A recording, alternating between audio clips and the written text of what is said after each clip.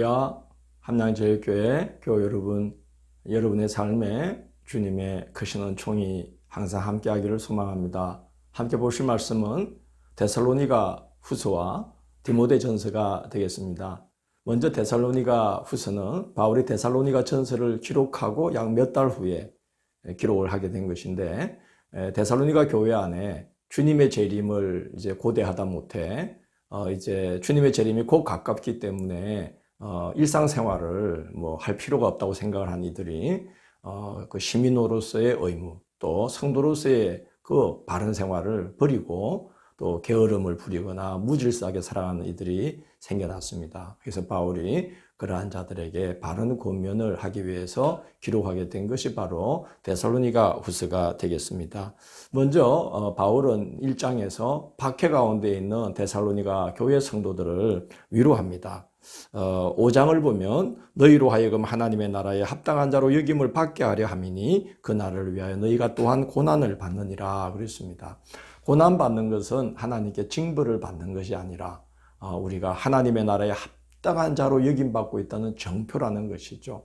우리가 죄로 말미암아 매를 맞아 고난받는 것이라면 문제가 되겠지만 하나님의 나라를 위해서 의를 위하다가 고난받는 것은 그것은 하나님 나라에 합당한 사람이라는 정표가 되는 것이니 그것 때문에 위축될 것이 없다 하는 것입니다.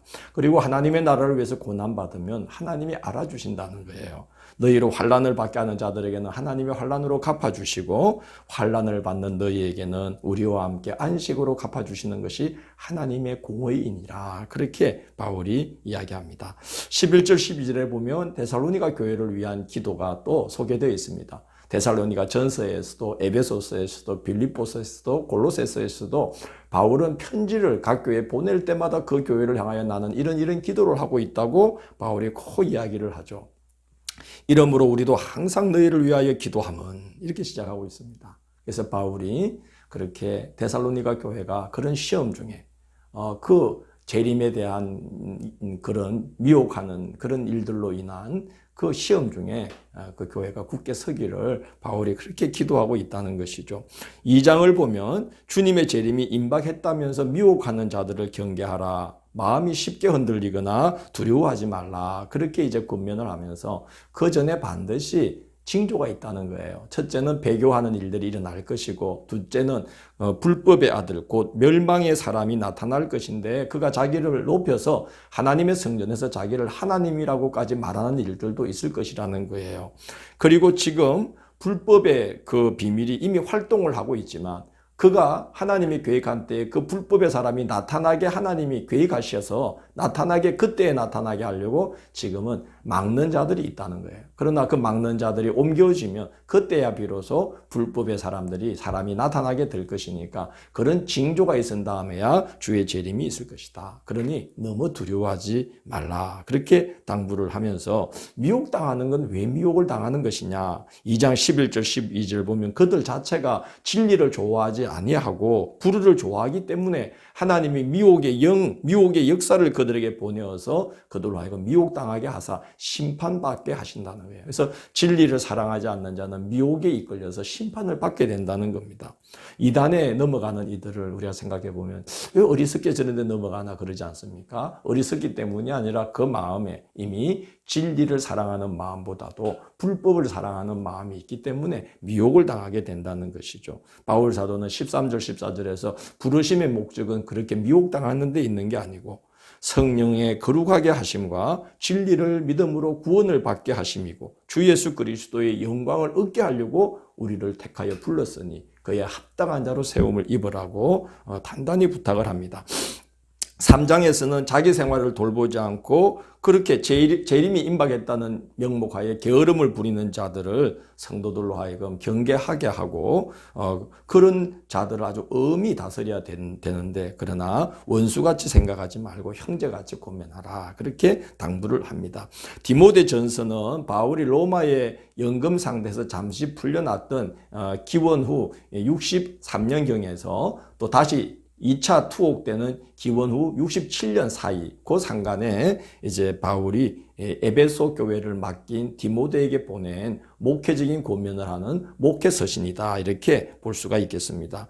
1장에서 먼저 바울은 복음 아닌 것들을 가르치는 자들을 경계하라 그러면서 복음 아닌 것들을 가르치는 종류들을 이제 4장에서도 이제 이어서 이야기를 하는데요. 정리하면 이렇습니다. 신화나 족보에 이제 열중하는 자들을 조심하라는 거죠. 신화는 헬라의 문화에 아주 근간이 되는 거죠. 그리고 유대인들도 그 신화, 유대 조상들로부터 내려오는 전성에 대한 그 아주 재미있는 이야기들을 만들어내는 걸 좋아했습니다. 그리고 특별히 족보 이야기를 하면서 족보가 이어지는 중에 있었던 그런 꾸며낸 이야기들, 그런 것들이 참 다채롭고 재미있는 이야기거리가 되었어요. 그래서 이제 복음은 너무나 단순한 것이다. 그래서 거기에다가 신화나 족보 이야기를 곁들여서 말씀을 전하는 자들이 굉장히 인기가 있었습니다. 그래서 바울은 이제 디모데에게 에베소 교회 안에 그런 자들이 일체 발을 붙이지 못하도록 해야 된다. 또 혹시 혼인을 금하는 자들이나, 이게 이제 4장 2절 3절에 나오는 것이죠. 그러니까 금욕주의자들의 권면이나 또 어떤 음식물은 가리라고 하는 그런 유대 율법주의에 빠져 있는 자들의 가르침을 아주 경계하도록 그렇게 성도들을 잘 가르쳐야 된다. 그렇게 이야기하면서 그것은 절대로 그런 것들은 복음을 보충하는 것이 되는 것이 아니라 사람을 미혹하는 것이며, 그것은 믿음을 떠나서 미혹하는 영과 귀신의 가르침을 따르는 것이다 라고 4장 1절에서 바울이 엄하게 경고합니다. 그래서 사람이 거룩해지는 것은 그러한 것이 아니라 하나님의 말씀과 기도로만 거룩하여지는 것이다. 그렇게 바울이 권면합니다. 2장에서는 바울이 기도를 이제 부탁합니다. 2장 1절을 보면 모든 사람을 위하여 간구와 기도와 도구와 감사를 하되, 그렇게 이야기를 합니다. 기도가 각각 다른 것이 아니라 기도에 대한 다른 용어들입니다. 그러니까 이 말은 끊임없이 기도하라는 거예요. 기도를 하되 특별히 높은 자들, 임금들과 높은 지위에 있는 모든 사람을 위해서 기도하라. 그렇게 이야기합니다. 그 이유는 첫째, 2장 2절을 보면 성도들이 경건하고 단정함으로 고요하고 평안한 신앙생활을 이어가기 위해서는 나라가 평안해야 된다는 거예요. 그래서 높은 자들, 왕들을 위해서 기도하라. 그리고 둘째는 4절에 보면 하나님은 모든 사람이 구원받으며 진리를 아는데 이르시기를 원한다는 거죠. 그래서 그 왕들도, 그 높은 자들도 다 삶의 문제를 갖고 있는 자들이기 때문에 그들도 하나님을 믿어 구원받을 수 있도록 기도해야 된다 하는 것입니다. 그리고 2장 8절을 보면 남자 성도들에 대해서는 남자들이 분노와 다툼이 없이 거룩한 손을 들어 기도하기를 원하노라 그랬어요. 남자 성도들의 이 기질은 잘못하면 분노와 다툼에 휘말리기가 너무나 쉽지요. 그러므로 그런데 휘말리지 않도록 항상 하나님께 손을 들어 기도하는 자들이 되게 만들라. 그렇게 부탁을 하고, 여성들에 대해서는 외모를 꾸밈으로 사치하지 말고 단정함을 옷으로 삼고, 그리고 선행하기에 힘쓰도록 하고, 단정하고 조용히 교회에서 순복하는 여성들이 되게 하라. 그렇게 당부합니다. 여성을 폄하해서 그러는 게 아니고 당시에 갑작스레 교회를 통해서 복음이 들어오고, 그래서 교회 안에서 여성들의 권한이 강해지면서 여성이 지도력이 세졌어요. 그러다 보니까 여성들의 발언권이 너무 세져서 교회가 혼란스러워지는 면들이 많았습니다. 그래서 여성들은 좀 조용히 배우기에 힘쓰면 좋겠다. 그렇게 이제 그 디모데에게 권면을 하고 있는 거예요. 3장은 직분자의 자격에 대한 말씀입니다. 여기 보면 감독이라는 직분이 나오는데, 이 감독이라는 직분은 우리 지금 현재 감리교단의 감독 직책과는 다릅니다. 당시에는 그 목회자의 그 직분제도, 또 평신도의 직분제도가 잘 정비가 되어 있지 않던 때이기 때문에 목사, 장로, 감독, 다 이것은 목회적인 역할을 하는 이들에게 붙여진 직분의 호칭이었어요. 그래서 같은 겁니다. 그러니까 목회자죠. 목사, 감독, 장로. 같은 겁니다. 그리고 평신도 직분자에 대해서는 집사라는 직분으로 그렇게 이제 직분을 갖게 되었는데요.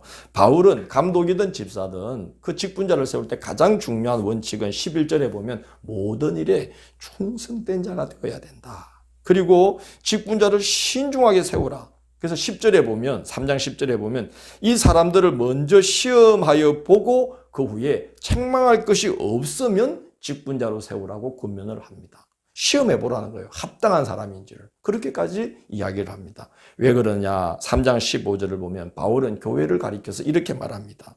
이 집은 살아계신 하나님의 교회요 진리의 기둥과 터니라. 직분자는요, 그 하나님의, 살아계신 하나님의 집인 교회를 떠받쳐야 되는 자들이고, 진리의 기둥과 터가 되는 교회를 진리 위에 굳게 세워야 될 자들이 교회의 직분자들이에요.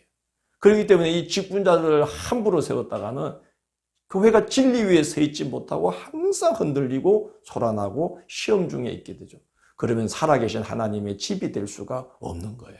그래서 직분자 세우는 건 너무 중요하니까 시험을 해보면서라도 이 직분자가 합당한 일을 살펴보고 세우라. 그렇게 이야기를 합니다. 4장에서 5장은 이제 목사에 대한, 목회자로서의 바른 태도에 대한 개인적인 권면이에요. 그래서 말과 행실, 또 믿음과 정절이 있어서 믿는 자에게 본이 되고, 또 읽는 것과 권하는 것과 가르치는 일에 목사는 전념해야 되고, 또 자기 자신과 자신이 가르치는 그 가르침을 잘 살펴서 성숙함이 모든 사람에게 계속해서 나타나도록 해야 된다는 거예요. 그렇게 해야만 자기 자신과 또 자신으로 말미암아 말씀을 듣는 이들을 구원할 수가 있다. 그렇게 말합니다. 목사가 남은 구원해 놓고 자기는 믿음의 도리를 저버리게 된다면 이건 또한 얼마나 부끄러운 일이겠습니까? 그래서 남을 구원할 뿐만 아니라 너 자신도 구원할 수 있도록 너의 믿음의 성숙함이 계속해서 나타나도록 이렇게 하라. 그렇게 이제 권면을 합니다. 그리고 교회 안에서 각 세대의 성도들을 정말 부모처럼, 형제처럼, 자매처럼 정말 경건하고 거룩한 마음으로 대하고, 그러나 5장 20절에 보면 교회를 어지럽히는 범죄한 자들, 이런 자들은 모든 사람 앞에서 엄하게 꾸짖어서 나머지 사람들로 두려워하게 해야 된다. 그래서 징벌할 때는 강하게 징벌을 해서 성도들이 교회의 권위와 질서를 정말 바르게 인식할 수 있도록 해야 된다는 거예요. 디모데가 연소하기 때문에 교회의 질서가 어지럽혀지게 될까봐 바울 사도가 엄하게 성도들을 부모처럼, 형제처럼, 자매처럼 대하되, 그러나 교회를 어지럽히는 자들에 대해서는 모든 사람 앞에서 엄하게 꾸짖어서 성도들로 하여금 듣고 경계를 갖도록 해야 된다. 그렇게 말하고 있습니다. 교회의 거룩한 질서가 그만큼 중요하다는 것이지요. 6장은 복음으로 말미암지 않는 것들을 가르치는 자들을 경계해야 된다. 그들은 마음이 부패해져서 경건을 이익의 방편으로 삼는 자들이기 때문에 항상 그들 때문에 교회 안에 다툼이 일어나게 된다는 거예요. 그래서 성도들로 하여금 그런 이익이나 부함이나 이런 것에 마음을 두지 말고 선한 마음으로 선한 사업을 많이 하고 너그럽게 나누는 자들이 되게 해서, 그래서 하나님께서 후히 주사 누리게 하시는 복을 받게 하고, 또 장래에 자기를 위하여 좋은 틀을 쌓아 참된 생명을 얻는 자들이 될 수 있도록 그렇게 선한 삶들을 가르치라. 이렇게 권면하고 있습니다.